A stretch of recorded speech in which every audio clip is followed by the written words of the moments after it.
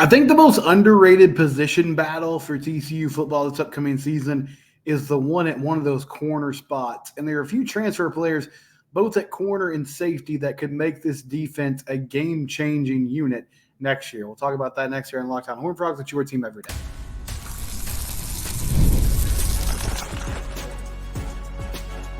You are Locked On Horned Frogs, your daily podcast on the TCU Horned Frogs.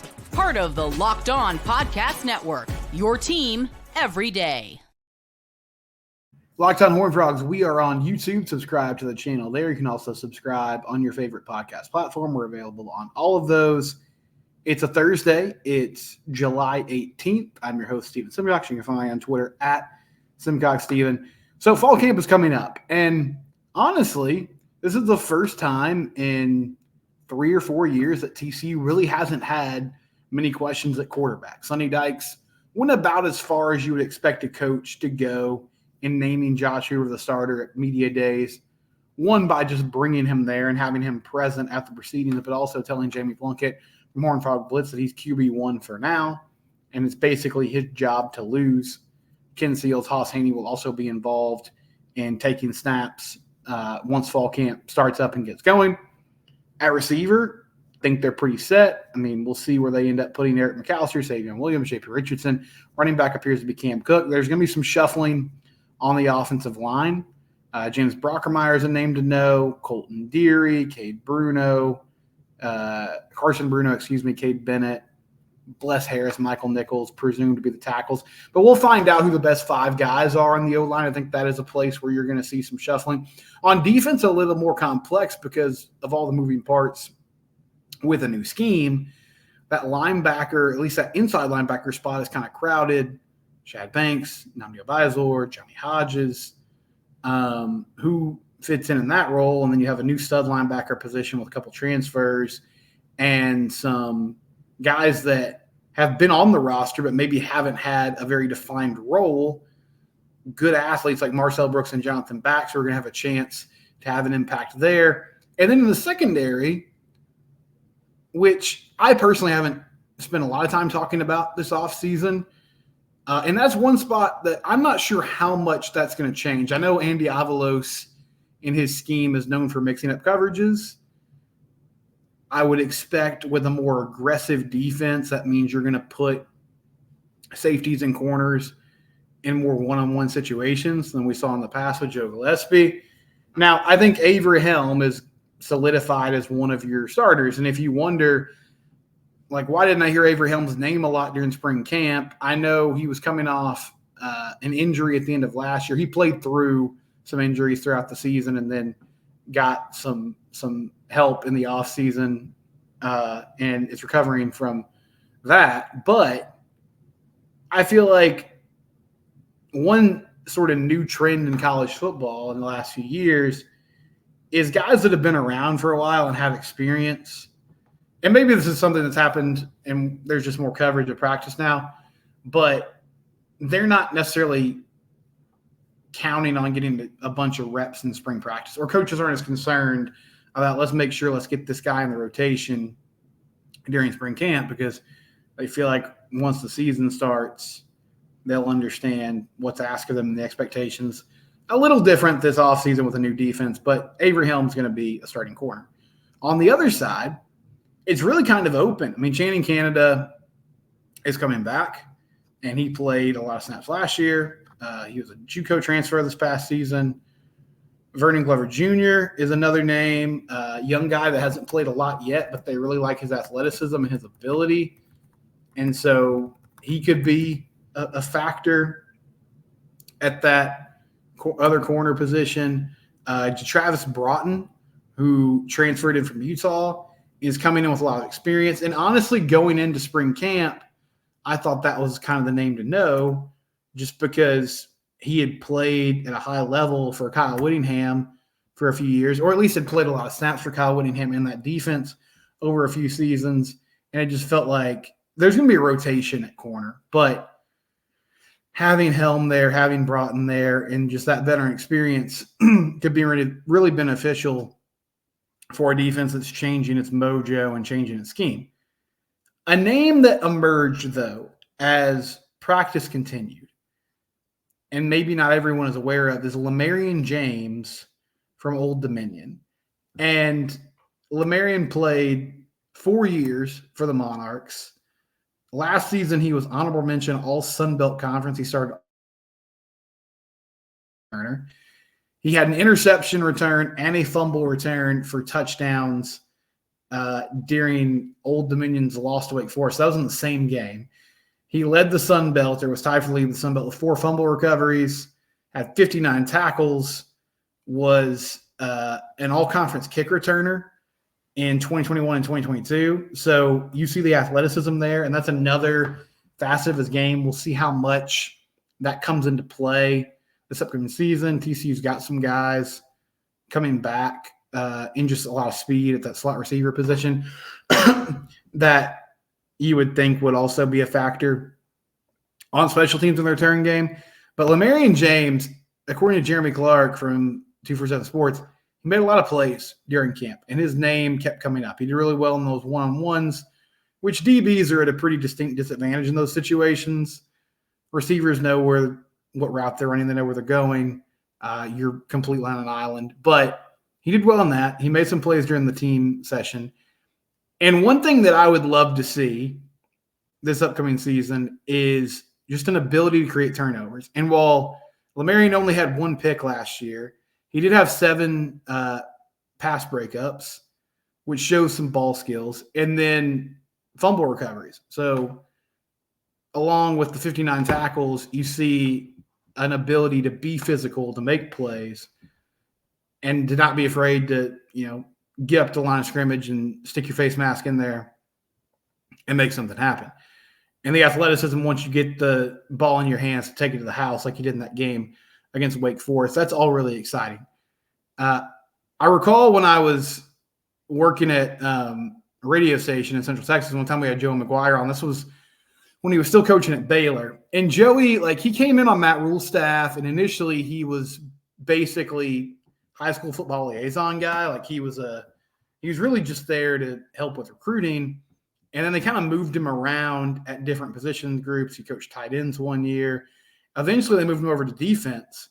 And Matt Rule and Phil Snow gave him this title that he was a head coach, or he was in charge of turnovers for this upcoming year. And this was the year that Baylor ended up going to the Sugar Bowl and lost in the Big 12 championship game to Oklahoma. And I remember him saying, and I think they've carried this over to the tech program as well, but he told us, he was like, our philosophy is take 3. We have to find a way to get 3 takeaways in each and every game. And at the time I was really okay, I don't think turnovers is necessarily something you can coach. Obviously every defense wants to create them, but a lot of it is just an inherent ability to go make plays. There's that old adage for DBs, that's why they play defense, because guys struggle to go up and get the football. But there are defensive backs that just go get it and have a knack and a tendency to make things happen. And while Lamarian's interception numbers don't jump off the page, you see him around the ball a lot. And if he does get the ball in his hands, he can change the game and make things happen. So that's a name to know. I think he's going to be in the mix for one of those starting corner spots, or at least someone who's in the rotation when the season begins. And that's good news, because last year, honestly, that wasn't a position group that seemed to have a ton of depth. I mean, it was very dependent on Josh Newton and Avery Helm. And while in most cases that's going to be how it is, you're going to have 2 corners that you play the majority of the snaps. You would like to have some rotation there so you can give guys, fresh legs, a breather. And if you have guys who can make plays, that's always a plus. The more players you have that can do that, that's a big deal. Other names to know as far as transfer DBs who are coming in, Richard Toney Jr., also someone who just has a knack for finding the football and making things happen. 9 starts and played in all 12 games for Nevada in 2023. So Ken Wilson came over from Nevada, head coach there. He's now the linebackers coach at TCU, and that's going to allow Andy Avalos to put his full focus on being the CEO of the defense, essentially, and taking care of a lot of the big picture things there. Last season, 2 interception returns for touchdowns. Pick 6s came against New Mexico in Colorado State, and then had 67 tackles, including 3.5 tackles for loss and a sack. Had 12 tackles and a tackle for loss at Utah State. So that position flex that we've talked about, and Richard Toney is a safety who can come down and play in the box. He's not that corner spot. But again, a guy that has an ability to go get the football and make things happen. Another name that we heard a lot during spring camp, Cam Smith, 3 interceptions, 6 pass breakups, and 46 tackles. And Cameron has more of the prototypical size that you want to see from that safety / corner nickel DB position at 6 foot tall and 180 pounds. Brian Smith was telling us this, and he's like, TCU is not, and everyone's sort of doing this now, but TCU is one of the many schools that is looking for lanky, long defensive backs who have the ability to, okay, if I get beat, if I'm a step behind on a receiver, I can make up for it with those long strides and then go up and make plays and break up passes. So Travis Broughton, Richard Toney Jr., Lamarian James, Cameron Smith, J.C. Oliver, who we didn't hear a ton about during spring camp, but he has a really good resume coming over from Tulsa. And then Javon McIver from Austin Peay. A lot of new faces in that secondary room. And last season, I thought safety was going to be a big strength of the defense. It didn't pan out that way. But it does look like there's a bunch of talent there and potential. And maybe Andy Avalos is a guy who can get that revamped and have it looking a lot more formidable in 2024. When we come back, I played NCAA Football 25 tonight. I wasn't skeptical, but I honestly didn't know what to expect. It was awesome. I'll tell you all about it next. My impressions of TCU. This is Locked On Horned Frogs. It's your team every day. FanDuel, they're one of our great sponsors. We tell you about them all the time because they've been extremely loyal to us.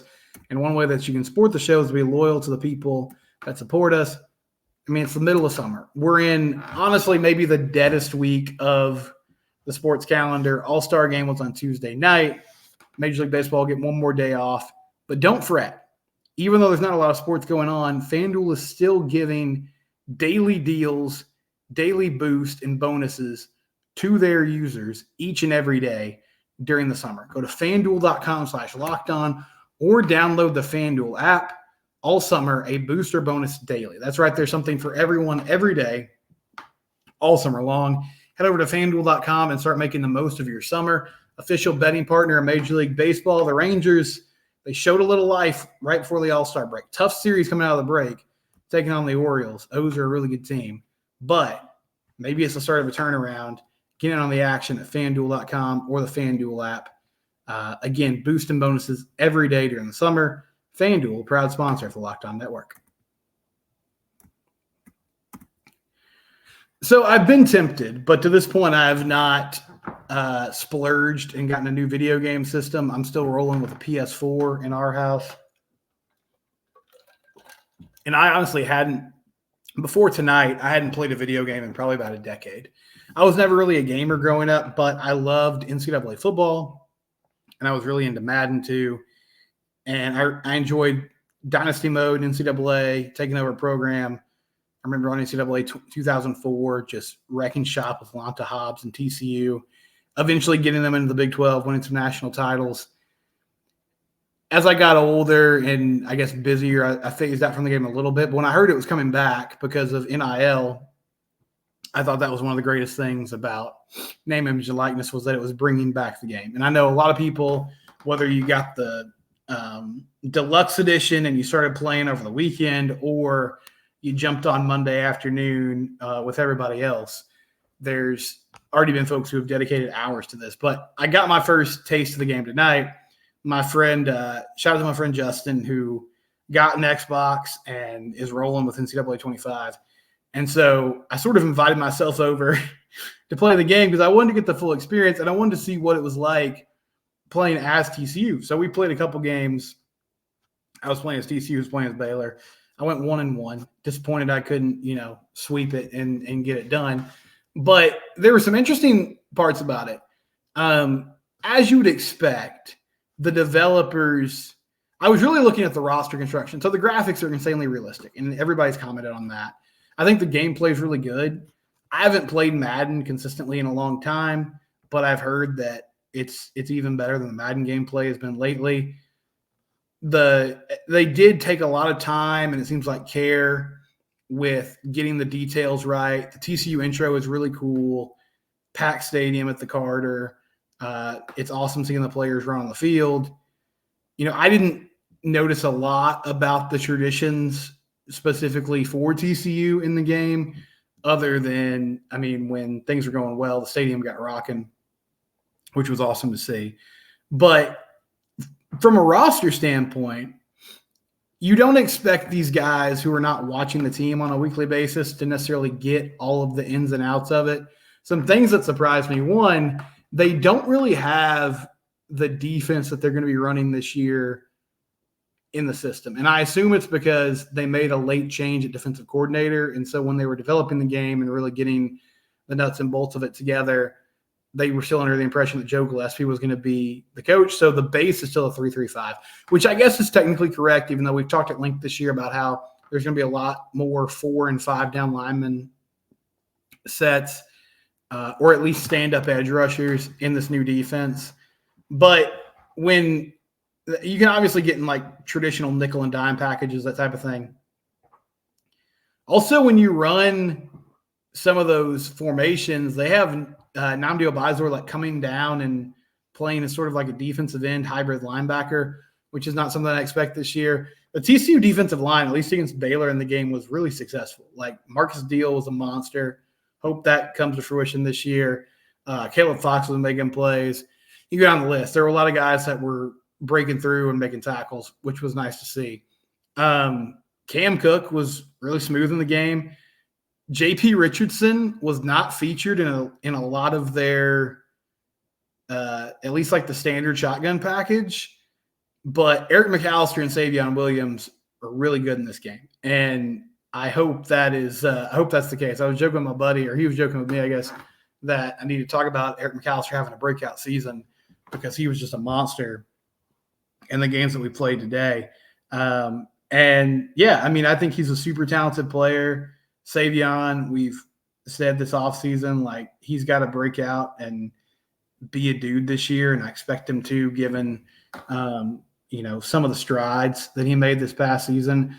But overall, I understand why everyone's so excited about this, and it was a ton of fun, man. Like it was fun to play as TCU. It was awesome to see, the roster out there, to get the player names, because back in the day it was just the generic kind of numbers and positions. But they did the outstanding job. Like they've knocked it out of the park. I'd love to hear your thoughts. Like, what were your impressions of the game if you played it as a Frog, or if you're building a dynasty with someone else? And Josh Hoover, seems like they got him as a pretty solid quarterback. He's slinging the ball around. The offensive playbook is fairly expansive. They've got RPOs now and zone reads and a lot of the things that were kind of just coming into vogue when the game stopped and are now such a big part of college football. But yeah, it's fantastic, man. It's got me very tempted to go buy a new system and start playing on a regular basis, because it's amazing what they've kind of done with it. And it's just really cool. I felt like I was, 17, 18 years old again, just getting a chance to play the game and kind of waste some time doing that. So thank you to my friend Justin. But I was super impressed with the way that they put together the Carter. And I know some people have noticed like a few strange things about it, or things that they left out, but I'd love to hear your thoughts in the comment section on YouTube, or you can hit me up on the website that used to be Twitter. Now it's called X, at SimcockSteven, or at Locked On TCU. Your thoughts about TCU in the video game, and who some of your favorite players are, who you maybe were surprised at how good they were, those types of things. Get at me there in the YouTube comments or on Twitter. When we come back, we'll wrap things up with some audience reaction.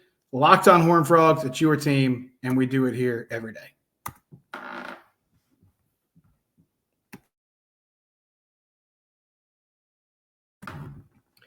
So I did an episode a couple days ago about Sonny Dykes and where he stands really in the hierarchy of the Big 12, but also what is it that Sonny does really well and how will it translate to this current team and what they do in this upcoming season. And a number of you had thoughts on that. Tanner McKinney said, I believe Sonny is very good at finding coaches and finding talented players. And like you said, developing good quarterbacks. Yeah, I mean, the CEO nature of, I think the job now in general for college football, but it really fits Sonny well. I think he's really adept at finding young coaches who are good at what they do and allowing them to just do their job and coach their guys up. I think that's a great quality. Historically speaking, in his tenure, yes, developing QBs has been great. I think he did wonders for Max, although Max was super experienced by the time he got to Sonny and had played a lot of football. You know, Josh Hoover, this will be a good kind of barometer for what QB play looks like for Sonny moving forward, because this is a guy that he recruited and handpicked, and he's kind of had trouble finding the right player from the jump at that position. It appears that he's going to give Josh the reins to start the year, and I like that move, and hopefully that's where we're at moving forward. Jacob Langford says, turns out the NCAA 25 is not compatible with my Super Nintendo, so I need to find a friend that has it too. Yeah, brother, you need to get out there and play that game because it's a lot of fun. And no, unfortunately, it's not available on Super Nintendo. Doug says it's amazing that Dykes is so low on this list given the fact that he could fill a 6x6 foot storage shed with Coach of the Year awards. He has his weaknesses, but he's done something none of the Big 12 have. I'd put him top 3. What he does best, keeps the room calm, gets talent to commit to the program. He says weaknesses, 2 hands off in his area of expertise, the offense. You know, that's an interesting thought. My kind of outsider view of him before he got here was that he would be very involved in the offense. But you're right, he really lets these OCs kind of do their thing. And I think last year he probably should have gotten more involved at times. And yes, he did win a playoff game, and that's a big deal. And I think Sonny's a pretty mild-mannered guy, and obviously he didn't follow it up with the best season. But, yeah, that's something nobody else has done, and that means something. Vince Pryor, that's the question I've been asking for some time. I'm still not sure if he just benefited from work with Coach P. Remember, Max was not the starter. I think he's good at surprising teams in the first year when he's the head coach. I mean, I've seen that thought. I totally understand it. I think there was a perfect storm in some ways a couple years back of a talented roster that was really experienced and was getting a new voice in the room in Coach Dykes, who was very different than Gary Patterson. At the same time, like, I love GP. He did an amazing job. Things were really stale and weren't working at the end. And could he have turned it around in 2023? Sure. But it didn't look like he was going to. And Sonny got the most out of the talent in that room. And I feel like that does, mean something moving forward. Jim Norris said you left out speed as a trait most of the Patterson teams always had. He was great at that. He was great at finding guys that could run, and especially on defense, dudes that could go sideline for sideline, and then like slot wide receivers who were also menaces in the return game with what they done in special teams. You're totally right. He loved guys that could just get it done athletically, and he was great at identifying talent in that regard and then making them into great football players. And so that's something Sonny's got to find his niche and kind of what he does and how to put a stamp on the TCU program with that. We'll be back tomorrow to wrap up the week. It's Locked On Horned Frogs. It's your team every day.